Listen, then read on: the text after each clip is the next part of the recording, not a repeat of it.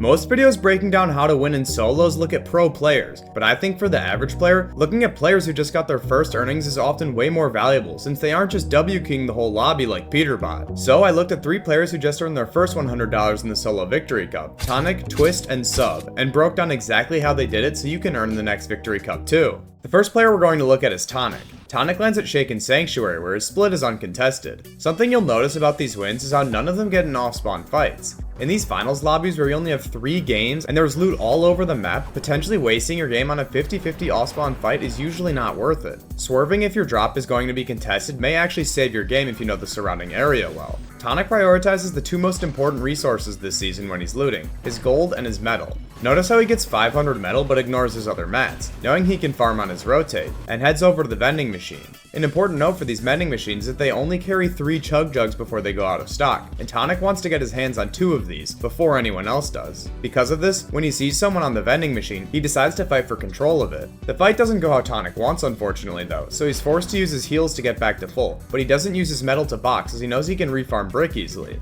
Tonic then makes a pretty risky play. He can tell the vending machine is freed up, so he lurks over and buys his 2 chug jugs and then instantly books it out of there. Tonic gets hit a few times throughout his rotation, and this is a little greedy, but he doesn't heal his shield while he's moving, and instead looks for a different source of shield so he can keep his 2 full chug jugs. A risky play on Tonic's part, but impressive resource management. This ends up being a southern zone pull that works well for Tonic, and he's able to chill on dead side with his perfect loadout. When the 4th zone appears, he wraps right along the dead side, doing everything in his power to avoid a mid-game fight. Almost the only improvement he can make to his loadout is a better pump. Fighting here in a victory-based game mode is almost entirely pointless for him. He has a winning loadout already. The 5th zone pulls southwest for him, and instead of going through the middle, he instantly moves right away along the dead side of zone, through the water. Tonic is able to get in where the zone opens up, and when the 6th zone pulls near him, he's the only one on the whole map on this side of the zone, allowing him to not be near any of the chaos and still have capped mats. Tonic overdrives in for the 7th zone and boxes up in 2 metal boxes. He can afford to invest a lot of mats since he's comparatively in a better spot to the other players in the lobby. Tonic rotates for the 8th zone and again builds a 2x1, but notices someone landed on his top and drops them down for a big refresh, playing it perfectly. From here, Tonic is cap overdrives and mats with 2 full chug jugs and only 15 players left, so he prioritizes using his resources to get in safely. He tanks zone to start to scout for height with his chug jug, and overdrives in to box with metal in the 10th zone, and he notices they're fighting on high ground. When he gets in, he makes the same play for the 11th zone. Tonic knows that whoever on height is likely not in a great position after the big fight up there, so he tanks Storm one more time, but this time builds up and overdrives on top of height from deep in Storm. Tonic is playing his game plan perfectly. He made perfect rotates in the mid game and didn't take fights, allowing him to get 2 full chug jugs to end game with lots of mats and overdrives that tank a lot of Storm and eventually take height. This was his win condition. From here, Tonic plays really high up, making sure he's not at risk of getting overdrived on, and drops when there's only 3 players left to try and time the third party to win the game.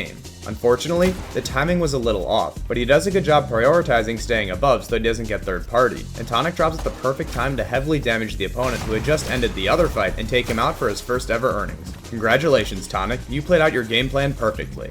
Our second player is Twist FN, who lands at this house split in the southwest of the map, which is actually around where I landed for the season. Twist's looting route cuts through the middle of a few POIs, and similar to Tonic, he prioritizes not getting in any early game engagements and rotating really early. I think Twist could have benefited from prioritizing metal a little bit more before rotating, but there's a lot of metal across the map for him to try and get. Regardless though, Twist ends up noticing Hottie when he rotates up to try and hit this vending machine. Twist either had to show confidence and fight for the vending machine here or just back off, but Hottie noticed him because he didn't choose one of those options, and Twist gets pushed. Twist does a good job of investing a ton of mats into playing defensively and boxing up. He doesn't even consider looking for counter damage, just making it extremely difficult for Hottie to push him at all, and then patiently waits. He doesn't wait long enough though, as Hottie is still around him when he leaves his box, and he ends up making a bad left-hand peek here where he gets hit down to 1 HP. But something to remember is that Twist goes on to earn $100 this game. He doesn't give up in the situation, and instead is barely able to get out by the skin of his teeth when Magma third parties this, allowing Twist to escape and eventually get a med kit from the vending machine to get his white health back up. Out of nowhere though, Twist gets overdrived on by Magma. He's able to get out and they're both in a weird situation now, but Twist is able to snag the wall and doesn't hesitate and full pieces Magma, taking him down.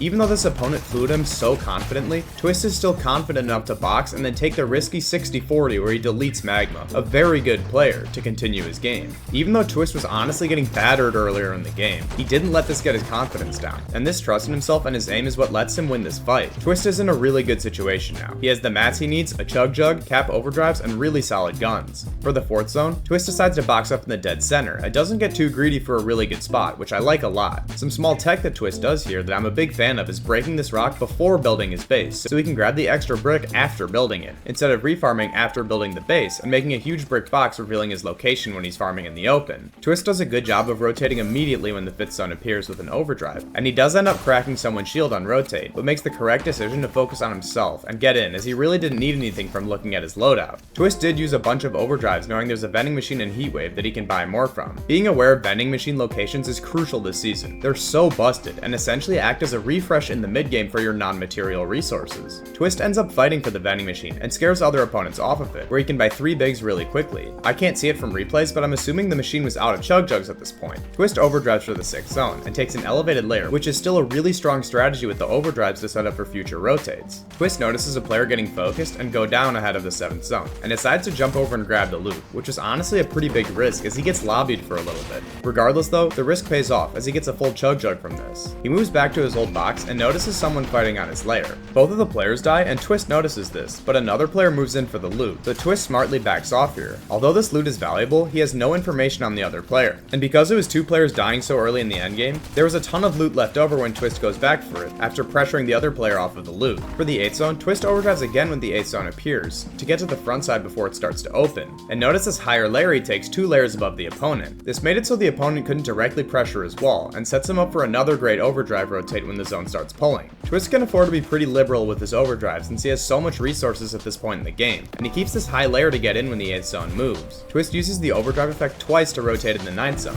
moving quickly through the build and keeping himself high up so he can eventually look to make a play for height. He does the same for the 10th zone, keeping it simple to make it to the front side and not having to invest many mats in his rotate since he changes elevations while running with the overdrive effect. Twist makes a very similar play to Tonic now in the 11th zone. He goes into Storm and tanks with his Chug Jug, where he slowly works his way up on all builds and overdrives up. The height take this time wasn't as clean, but Kaz is really well established on height in comparison to Tonic's game, making it tougher to take height here for Twist. Twist is confident here though, and bets on his aim and rolls Kaz, giving him a massive refresh to play for height for the rest of the game. Twist is able to spray down and build really strong height tarps now until the final 1v1. The opponent overdrives up, but Twist doesn't panic. He knows he has the mat advantage and continues to full tarp. He correctly identifies also that he has the health advantage and doesn't panic about the opponent full keying him. Instead, pressures the Chug Jug and the opponent goes down to the Storm, making Twist his first earnings in a nail-biter of a game.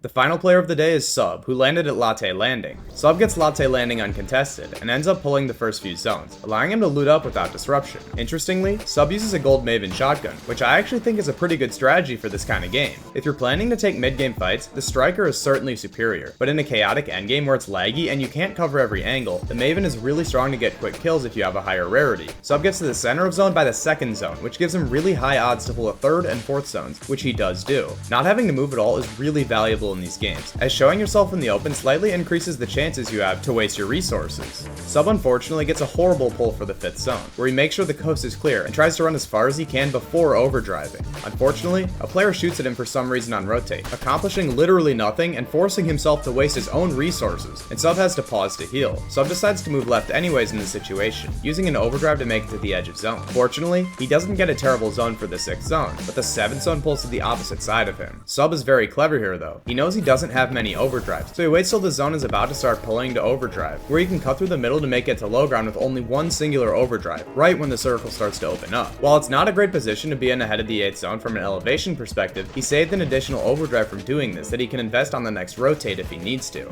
Fortunately though, the zone pull is on a lower elevation, and Sub uses natural cover really well when he starts to rotate, and smartly builds up to the cliff to give himself a better position for his next rotate. Sub sees a route that allows him to invest only a few mats and use some old builds to finish the 8th zone rotate without using any overdrive, and he executes it perfectly. The name of the game for winning games in solos this season is overdrive management. Being aware of how many you have and can get to the endgame entirely determines your playstyle, as being able to play for height in the 10th or 11th zone is such a strong win condition. Sub ends up using his final 2 overdrive to move to the 9th zone, where he initially positions high, allowing him to pressure height, as well as setting up for a clear path for his final overdrive, taking a front low layer. Sub is able to make it through to front low ground, and notice his resource management has made it so that he only has used 1 chug jug the entire game at this point, and he has 3 medkits as well. One of the advantages of playing front low is that loot falls downward. Because of this, Sub is able to spray out this fight on the back of zone, knowing he can tank a lot of storm with his medkits, and this play blesses him with a ton of loot, setting him up to win the game. Because it's the 11th zone, height is on their last mats, where Sub can spray it out after tanking a bunch of storm. But similar to Tonic, he waits on the height take. Sub pops another medkit after the high ground opponent wastes even more mats, and now he can take height for free and take down this opponent who had nothing on height at this point. Sub has managed to smuggle all of these medkits and found a chug jug, so he can just sit on height until he cracks the final player's shield and drops down to fight him. I think Sub could have pressured his white heals here and stayed on height, but instead he did play for the health advantage, staying confident in his fighting abilities, and he also manages to stay aware of the opponent's location really well. He doesn't take any risk on low ground to win the game, and by doing this he secures his first earnings in a really well managed endgame.